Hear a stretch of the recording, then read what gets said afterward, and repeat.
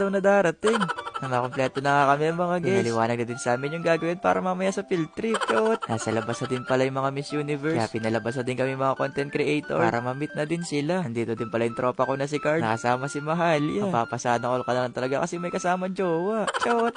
Di bali nang walang dalang jowa. Ayos lang yun. Ang importante dito ako maghanap sa mga sumali ng Miss Universe. Ang ganda nga nila sa malapitan. Kaya yung mata ko ikot din ng ikot.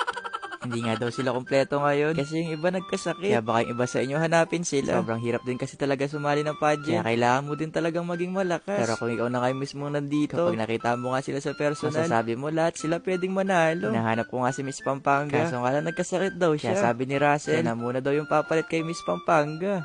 Kada content creator din na pumunta dito. May makakasama kami 3 beauty queen. At si Miss Baguio nga, Australia. At Bacolod yun napunta sa akin. Sobrang tangkad nga nila. Kaya nagmukha din akong maliit.